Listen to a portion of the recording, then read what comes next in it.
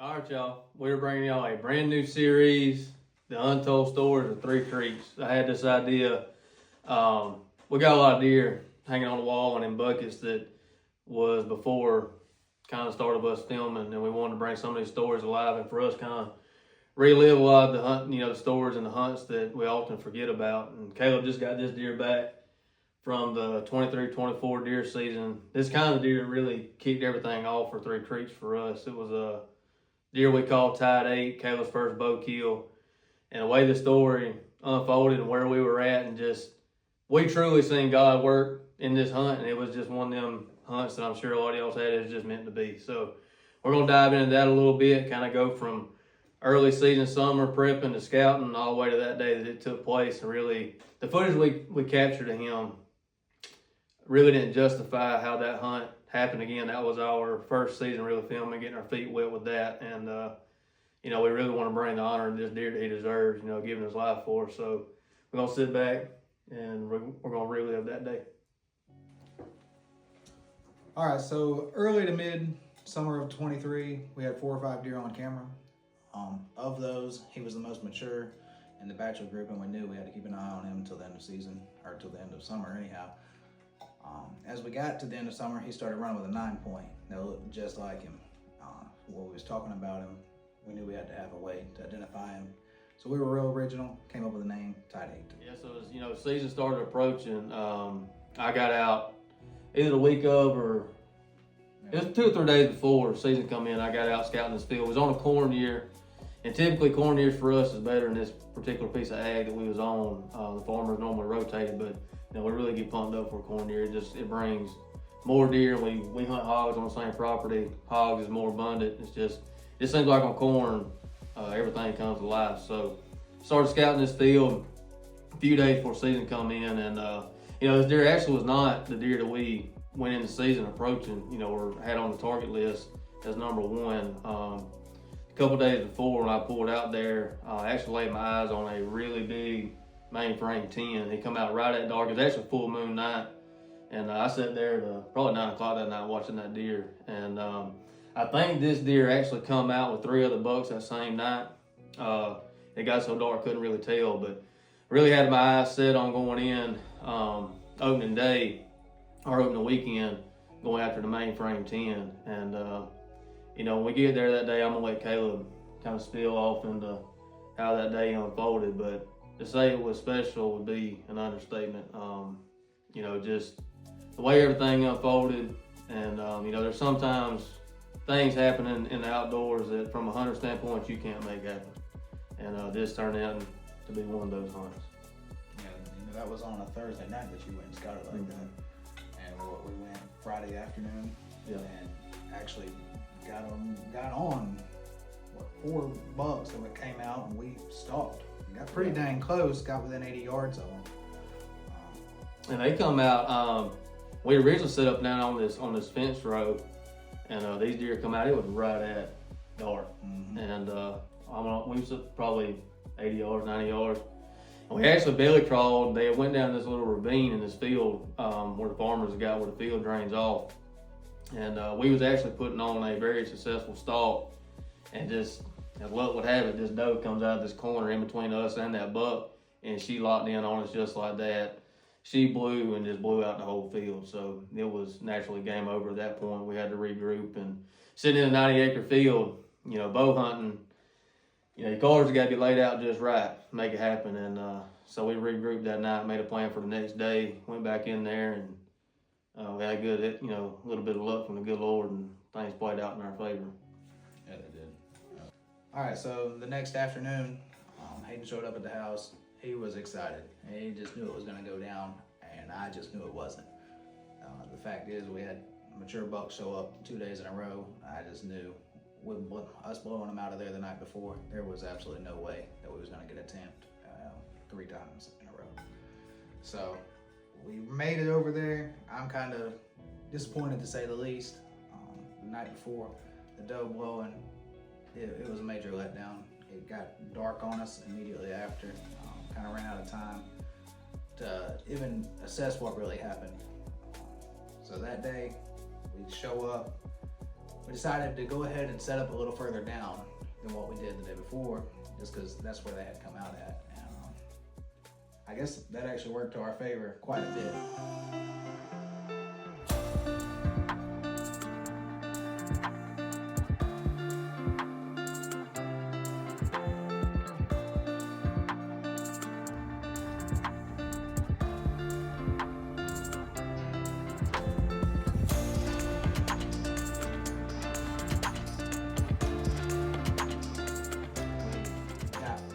We set up probably 150 yards. Yeah, I mean, we was on one of them zero or hero deals. I mean, we was right on the main trail coming into that field off of a grew up clear cut. So I mean, we was tight to them coming in.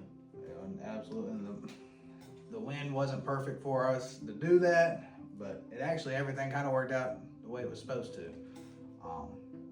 We sat there. We had several does show up, and I watched them. They come out, of course, in a totally different spot. But that wasn't our target, so we wasn't worried about that. But just knowing where they was at, it kind of messed us up for the bucks, assuming that they was going to come check them out. And he ended up coming out. I mean, it was hot that day. And I mean, I remember sitting there. I was behind the camera, and we was on the ground, tucked up under an old little sapling there, and we had face paint on. I remember the face paint literally just running down my face. I mean, it had to have been 90 degrees that day. And I'm sitting there just looking down this fence road, just knowing I'm gonna see times come out. I mean, the last 3 days, that's where they've come out into that field. And lo and behold, I look up. We're actually looking at a couple coyotes. I mean, several hundred yards from us on the other side of the field. At the time, we're thinking one coyote was watching. And there was several down there. And I literally dropped my eyes, and this deer is standing there in between us and the coyotes, looking at them, and I'm like, Caleb, big buck right here. He's 126 right now. He's 150 yards maybe. Mm-hmm. Of course, looking at the does when he come out, I don't know, paying us absolutely no attention and had no intention of coming to us. It just was obvious that he was going to go straight to them does or avoid the coyotes. It was pretty dang cool to actually see what happened. You could see God work in it. He come on out into the field, which kind of expected, but as he did, coyote kind of, I don't know if it seemed like does or what actually happened. Yeah, I mean, they were really just cutting. I mean, the coyotes really wasn't paying him no attention. They were just cutting kind of down into the field in that same ravine where he was at, and it ended up pushing him on a rope straight to him.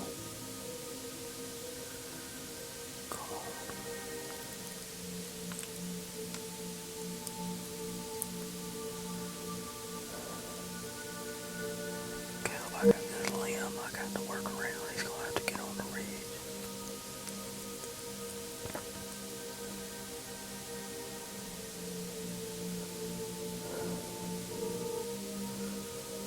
Hold on, catch your wind.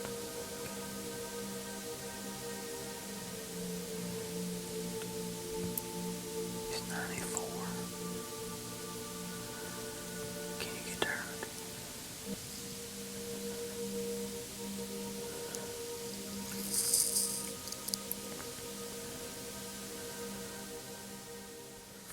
He sure did.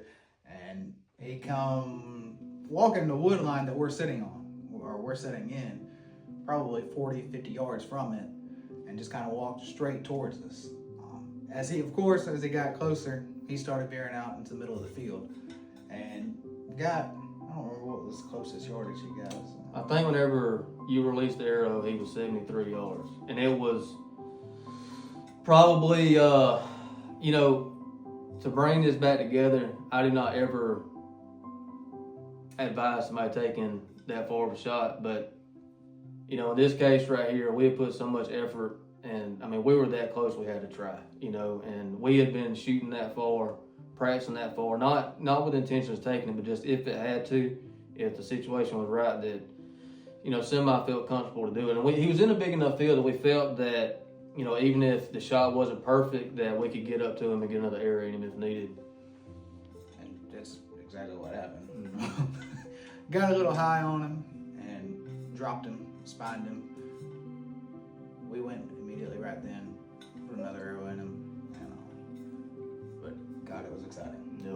And what's, what people don't understand, if you've never filmed hunts, self-filming, which we moved to this year, hunting separate is even more challenging. But what really was crazy there was Caleb sitting behind the bow. We had a tree in between us, so I had to really look around the tree to see Caleb. His back's to me, so the whole time he's asking, do I got the camera on him? And he's whispering. I'm so focused on the deer, I ain't heard a word he has said, and I'm not anticipating it. He's still asking me, are you on him? Are you on him? I ain't answering him. All of a sudden I hear a bow release, and I'm like, oh boy. Because I'm not ready for it, but thankfully I did have the camera on him. And, as Caleb said, he dropped immediately, and, we popped up, went put another arrow in him, and he was, expired within just a few seconds, so.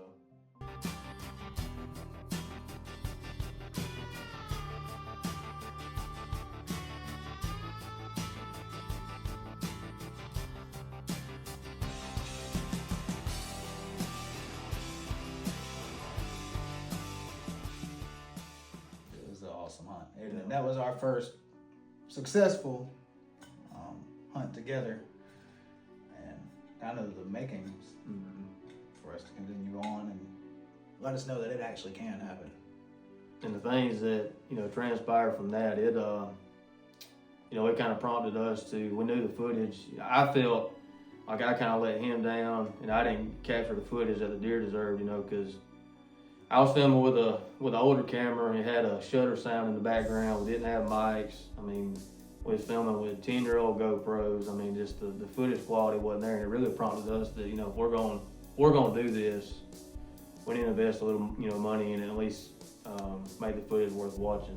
If it ain't for y'all, it's for us, and try to give, these guys what they deserve. Because at the end of the day, it's fun for us to put videos out. It's fun for us to, interact with y'all, but really it's for them. Because once they go on this wall, their life is over, but we can relive, while they were here as long as we want to. So that's, for me, just reflecting back is what this channel is about. I'm definitely not a camera guy, nor a very good storyteller. I have to have everything scripted or read out to me. Some way I'm gonna screw it up, but I do want people to realize that 5 years ago, what I did for enjoyment was work. That was my life. And since getting into hunting and actually seeing the challenges of it, I love a challenge, I love a chase. I don't know why I've never gotten hooked before, but I guess I've just never been showed what it could be.